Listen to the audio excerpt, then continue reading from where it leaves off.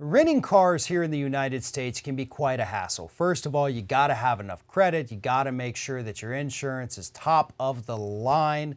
You got to go through the inspections. You got to wait in line. Let's face it, it's a pain. And so that's why a new company, Turo, evolved, and they actually allow you to rent cars from other people.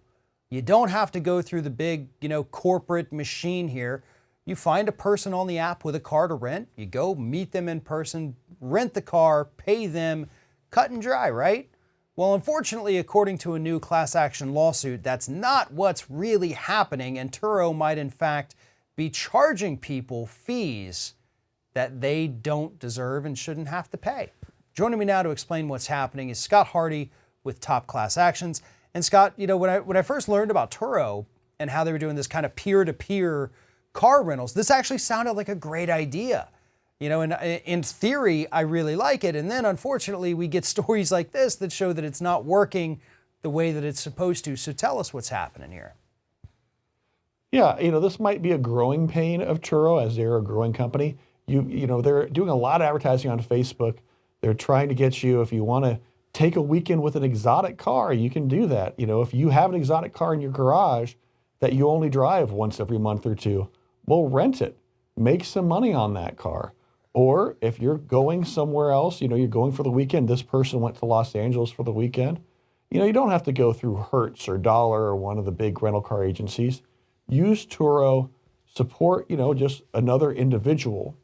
And so what this plaintiff did is they went to California. They rented a 2015 Hyundai Sonata for $127 for 3 days, so a reasonable price. Returned it, went on their way home, and then boom, their card gets hit for $576.86 in damages, plus a fee of $75 for appraisal and processing. And they went, well, what happened? I dropped off the car, perfect condition. Why am I getting charged? They fought it, and allegedly the email claimed it was not uncommon for damage to go unnoticed by the person returning the car. And so that leads this class action to be filed because you're going to have a lot of people that were charged these fees by Turo and went, what? I didn't notice that. Why am I getting charged? Did the owner of the car notice that blemish and just, didn't report it? And then when they got that car back, then they reported that and said, hey, now I'm going to get my car fixed. What exactly happened here? And how can you safeguard consumers so they have a better idea if these big fees might hit you after returning your car from the Turo car service?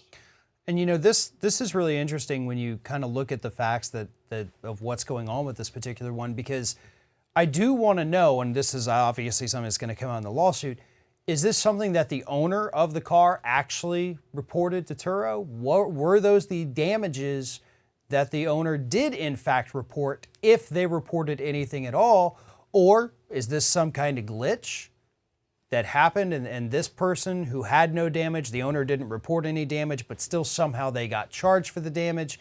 There's a lot that really needs to be fleshed out with this particular story, especially because you've got this company, their whole reputation's on the line. If you maybe had a couple of bad owners out there who are reporting damage that wasn't there, obviously that's a big deal. But if it's the company kind of doing some shady things and charging these fees and really there's no reason to, that's, Right. That's a big thing too. So this one's going to be really interesting to watch it unfold and find out what's truly happening here. You're right. And we're not seeing the allegation that Turo's making up these fees. What we are seeing is that the owner of the car is saying in this case that there was a new blemish on the right front bumper and that on the lower bumper. And that's what caused this charge, was a superficial scuff mark. And so the discussion is really, what constitutes regular wear? Because if you rent a car from Hertz, for example, they have a dollar bill and they'll say, as long as that scuff mark and that scratch isn't bigger than a dollar bill, you're not going to get charged for it. Because that's all normal wear and tear. You're going to take your car, shopping cart might hit it in the parking lot. You shouldn't have to pay for that. That could happen anywhere, anytime. So what exactly will Turo end up eating as part of their fees and reimbursing the owners of the cars? and what can the owners of the cars actually claim. It really reinforces the fact that if you are renting a car from Turo, using a Turo service, that you want to walk around that car and take pictures of the front, the back, the sides, so you can zoom in case somebody hits you with this charge, you'll be able to look at that and say, no, this scuff mark was already there. This issue was already there on that car.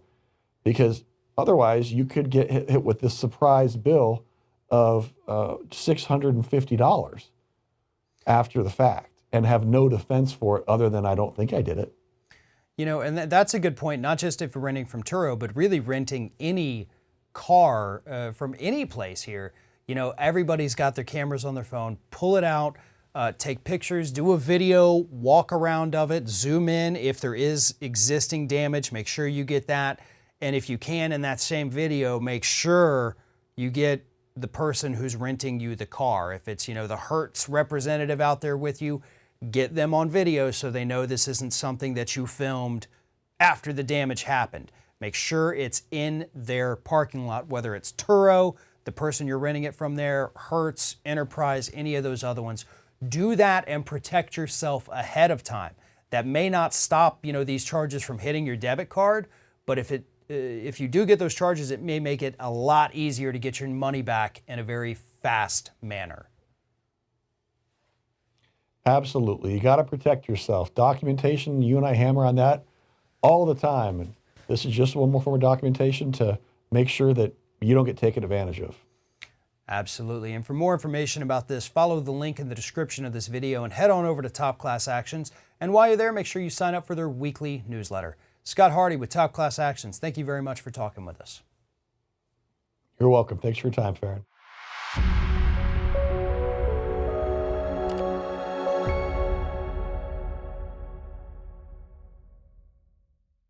This is an important message for our nation's veterans. If you served our country in the military between 2003 and 2015 and you suffered significant hearing loss, you might be entitled to compensation. Because the hearing protection you were issued may be at fault for the damage you suffered, but you need to act now. Your time to make a claim might be limited. Learn more at levinlaw.com/earplugs.